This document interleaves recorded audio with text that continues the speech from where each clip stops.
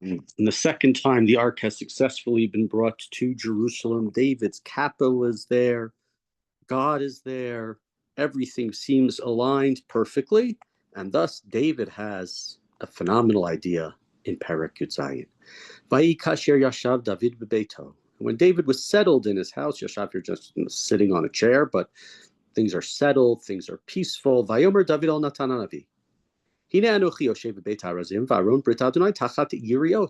I'm sitting in a beautiful cedar house. Word beautiful not there, but we'll imagine that's probably the case. And God, the Ark of the Covenant, is under tent cloths. How can that be? That's not right. And Nathan said to God, do whatever you want, because God is with you. And this is obviously a very good idea. This is, if somebody came to a rabbi and looking to build a shul and says, I have $2 million to give you, Gegaz it to hate, right? Vahi balaylahu in verse 3. Vahi dvar Elohim al natan lemor. And that evening, that night, word came to Nathan the prophet. What this proves, by the way, is that, right, we know that God is going to tell Nathan that David is not going to build the temple, not going to build the Beit HaMikdash. And prophets might be very wise men and communicate with God, but that doesn't mean that they are always right.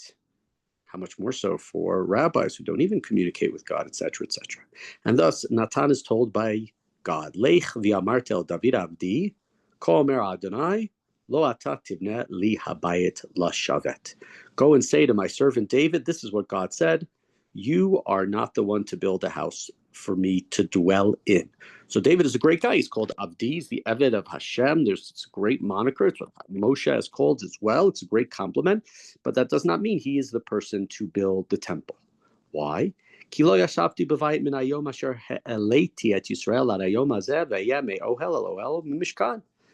said, from the day I brought Israel out, I have not dwelt in a house, but have gone from tent to tent, and from one tabernacle to the other. There hasn't been a sense of permanence. I've been traveling. And when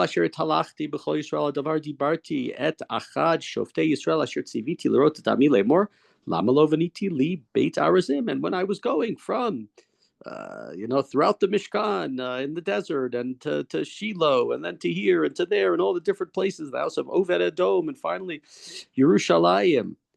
Did I ever say to any of the judges whom I appointed to lead, to care Israel, why have you not built me a house of cedar?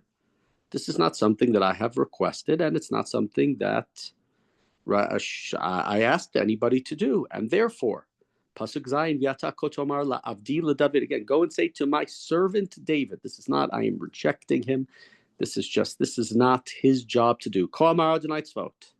Ani lakachticha min hanaveh min acharei hatzon liot nagid al ami Yisrael. I took you from the pasture, from the flock, from the sheep, to be ruler over my people, my nation Israel. Ve'yeh imcha b'chol asher alachta, v'achrit kol oivecha mipanecha, v'asita lecha shem kishem hagdolim asher ba'aretz.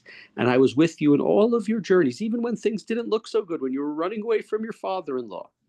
And I cut down all of your enemies in front of you. And I made you renowned. I made your reputation great, like the greatest on the earth.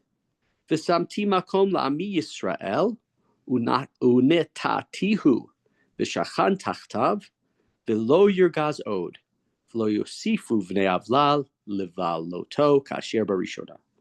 And I will establish a home for my people.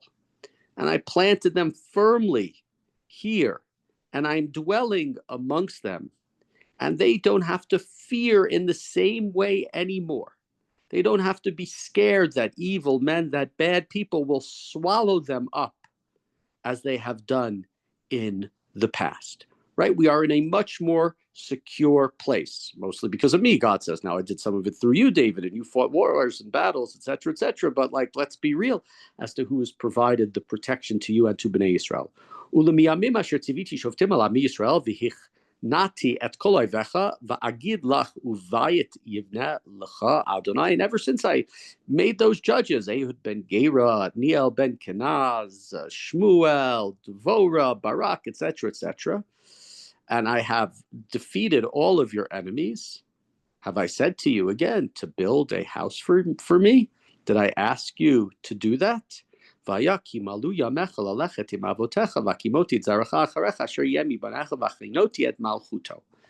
now he says to David, when your days are done, when you, like everybody else on earth, pass into the next world, right? Join your fathers, your ancestors.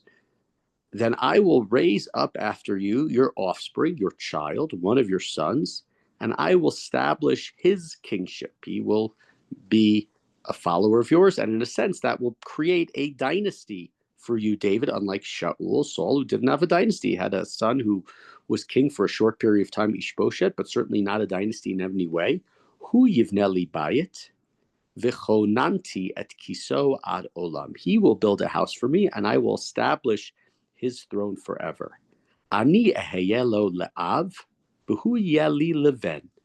I will be for him a father, and he will be for me a son. V'chasti lo asir me'imo, ka'asher hasiroti me'asher haya lefanecha. And my love and my kindness will never be removed from him, won't be withdrawn from him, as I have done to your predecessor, to Shaul. So you could say that this that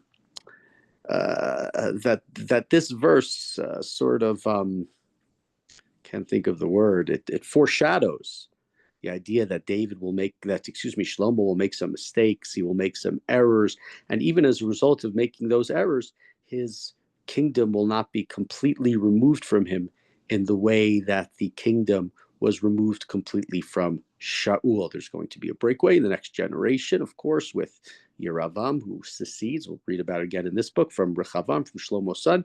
But God says, I will never remove myself fully from your son, from your dynasty, etc.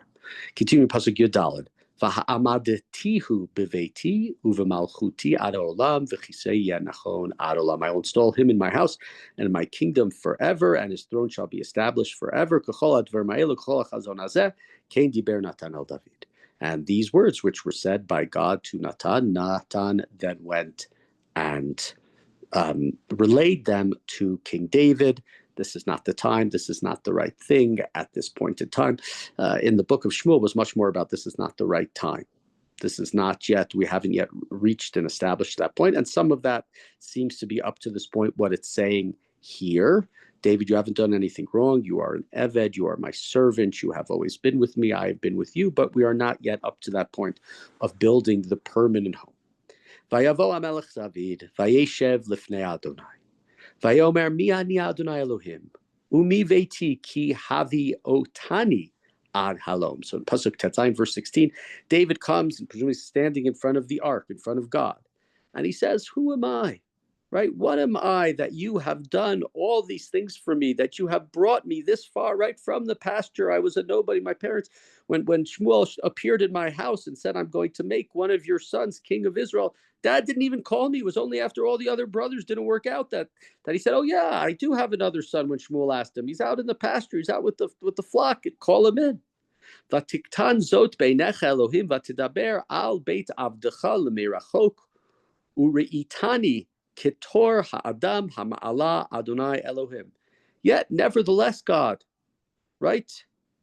I didn't seem too small for you. You have spoken of your servant's house, David saying of my house for all future. You regard me as a man who's a ma'ala, who's right, who's a person of greatness. I am so honored and respected by you, God, and esteemed in the way that you treat me. What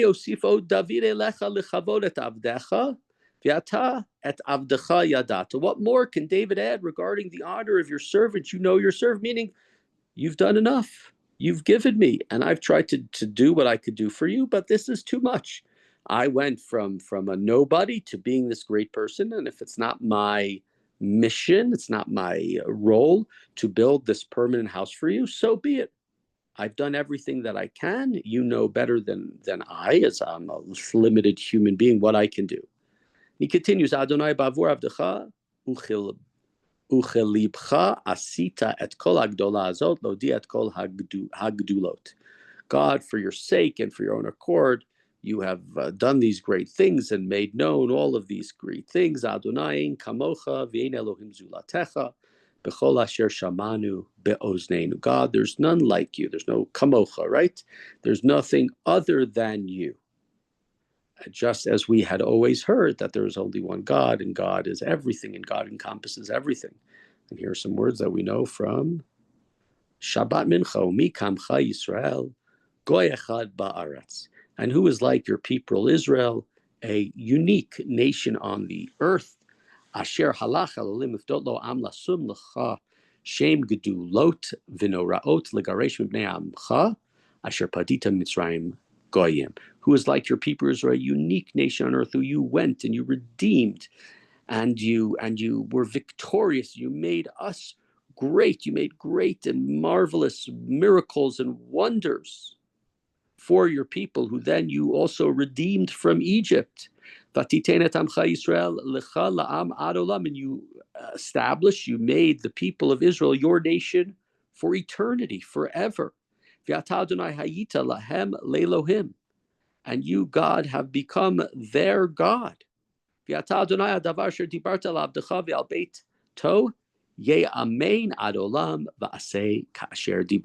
God, let your promise concerning your servant and his house be fulfilled forever. The word amen in the we think of emunah, of belief, but really in the Tanakh, the word amen is more related to the word for support.